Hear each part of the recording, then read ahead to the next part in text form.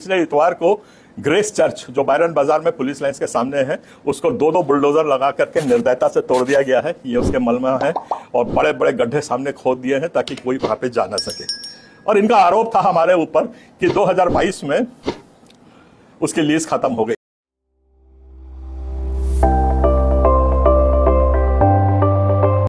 जय मसीह के दोस्तों, इतिहास गवाह है कि जब जब आस्था पर चोट होती है तब तब इंसानी हौसला और ऊपर वाले में विश्वास और भी मजबूत होकर उभरता है। कुछ समय पहले ही चर्च को तोड़ा गया था, वह क्षतिग्रस्त हुआ था बहुत अधिक, तो हर एक इंसान का दिल रो पड़ा था जिसकी आस्था उससे जुड़ी थी।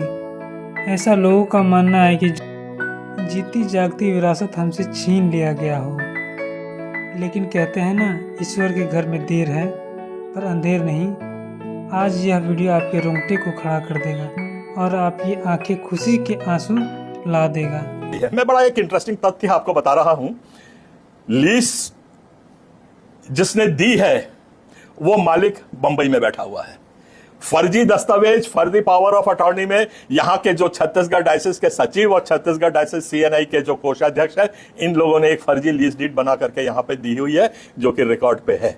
नगर पालिका आती है, वहां से इनको लगातार 3 दिन के अंदर नोटिस देती है। 3 बार नोटिस किसको देती है? मकान मेरा है, नोटिस दे रहे हैं दूसरे मोहल्ले में रहने वाले तीसरे आदमी को, और आके तोड़ रहे हैं किसका घर?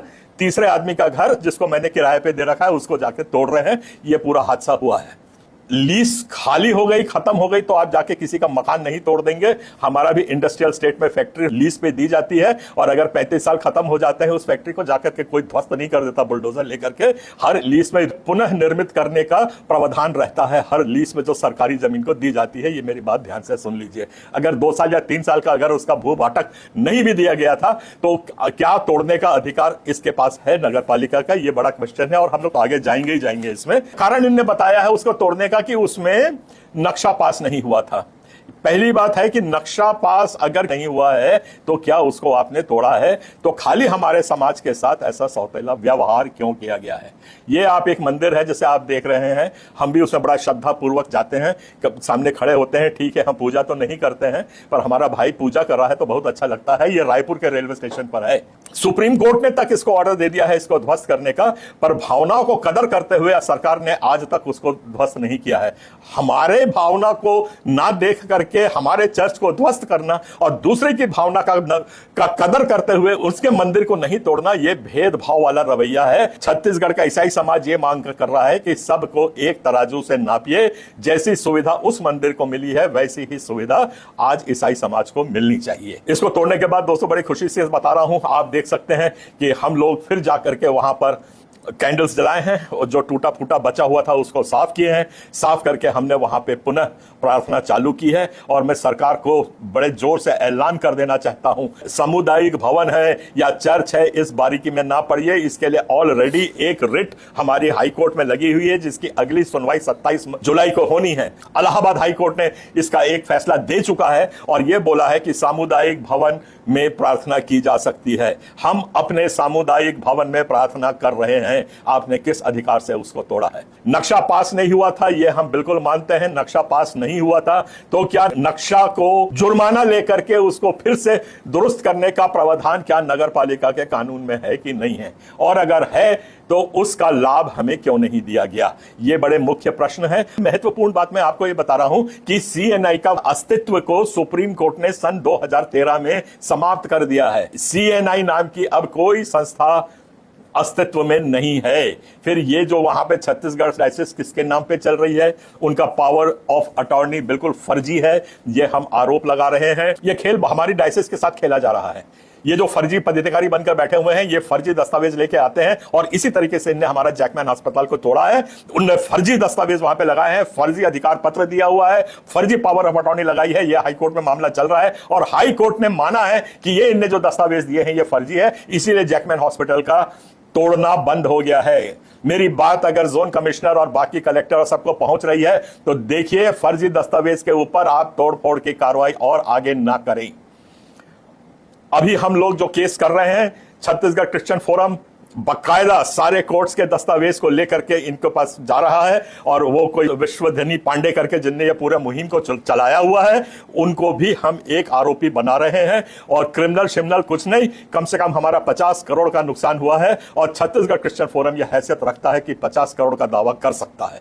तो भविष्य में हम दावा तो करेंगे, इसी हफ्ते करेंगे, ज्यादा दूर की बात नहीं है। और उसके बाद हमारी प्रार्थना वहां पे चलेगी, अगले इतवार से हमारी प्रार्थना वहां पे होगी। और कोर्ट ने भी हमको यह अधिकार दिया हुआ है कि आपका सामुदायिक भवन में आप प्रार्थना कर सकते हैं, तो इसमें बीच में अड़ंगा लगाने की कोई कोशिश ना करे। और कोई भी अधिकारी, कोई भी जोन कमिश्नर, कोई भी वो डोजर का ड्राइवर जबरदस्ती करके लगता है तो पूरा खामियाजा भुगतने के लिए तैयार रहे। और मेरे भाइयों और दोस्तों, हम अपने चर्च को टूटने नहीं देंगे, पूरे दमखम से उसी सम्मान के साथ वहां पे फिर प्रार्थना शुरू होगी, ये मैं आपको आश्वासन देता हूं। किसी को कोई डरने की जरूरत नहीं है, ऐसी बाधाएं आती हैं वो 10 बार आएंगे। और ये जो सीएनआई डायसिस में बैठे हुए पदाधिकारी हैं, इनका पर्दाफाश करना है, मुंह काला करना है। और इनसे अब मैं एक सवाल पूछता हूं, हमारी आदरणीय bishop CNI diocese Bajrang Dal का लेकर के कागज पहुंच सकती हैं कलेक्टर के पास, धर्मांतरण विधेयक का स्वागत करके वहां तबला बजा सकती हैं। आज आपके प्रभु का भवन टूट रहा है तो आप कहां चूहे चचुंदर के माफिक मुंह छुपा के बैठी हुई हो? आपको जाके कलेक्टर के पास ये तथ्य बोलने की हिम्मत नहीं हो रही है, या पैसे का बड़ा लेन देन चला है? ये खोज का विषय है, इसको तो हम तह तक जाएंगे ही जाएंगे। आज तक ना चर्च में सामने आई, और शर्म करे वो पादरी वहां पे चुल्लू भर पानी में डूब मरे, उसका नाम असीम विक्रम है। सिर्फ एक वो पांडे करके कोई है, उसने आके वहां पे घोषणा की, ये दुम दबा के छोड़ के भाग गया है। 6 हफ्ते से वहां पे चर्च नहीं लगा है। इसका मतलब साफ है कि आपने वहां का पूरा अधिकार अपना खो दिया है। आपके पास अब उस चर्च में कोई अधिकार नहीं है। आप 6 हफ्ता पहले वहां से छोड़ के भाग गए हैं। वो टूट रहा था, तब सीएनआई डायसिस छत्तीसगढ़ उसका मुंह ताक रहा था। आज तक आपने उसमें कोई विरोध नहीं किया, कोई आप लोगों ने उसमें आपत्ति दर्ज नहीं कराई। तो अब ना आप नैतिक अधिकार रखते हो उसमें दखल अंदाजी देने का, ना कानूनी अधिकार उसके ऊपर है। आप लोग सब साथ दीजिए, परमेश्वर के भवन को बचाइए। और याद रखिए, अगर आज ये इसको तोड़ने में सफल हो गए तो छत्तीसगढ़ के एक एक चर्च इसी तरीके से अवैध तरीके से टूटता जाएगा। आप सबको जय मसीह, जय जोहार। जय मसीह के दोस्तों, और ये वीडियो आप लोगों को कैसा लगा होगा? अच्छा लगा होगा तो निश्चित ही कि लाइक, कमेंट और शेयर जरूर से कीजिए। और भी विश्वासी तक आप निश्चित ही इस वीडियो को पहुंचाएं, ताकि इस वीडियो के माध्यम से जितने आप लोगों ने प्रार्थना किया था हमारे लिए, इस चर्च के लिए, पूरे भारत के लिए, वो प्रार्थना ने परमेश्वर ने सुन लिया, ताकि फिर से हमें एक बार और मौका दिया है।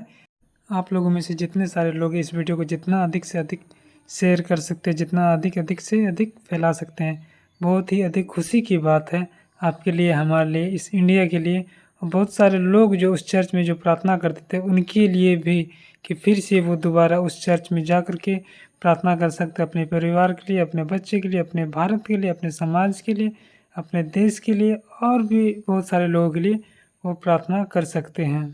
और चलिए, हमारा वीडियो आपको किस तरह से कैसा अच्छा लगा तो लाइक, कमेंट और शेयर कीजिए, और दूसरे से तक अधिक से अधिक जरूर पहुँचाइए।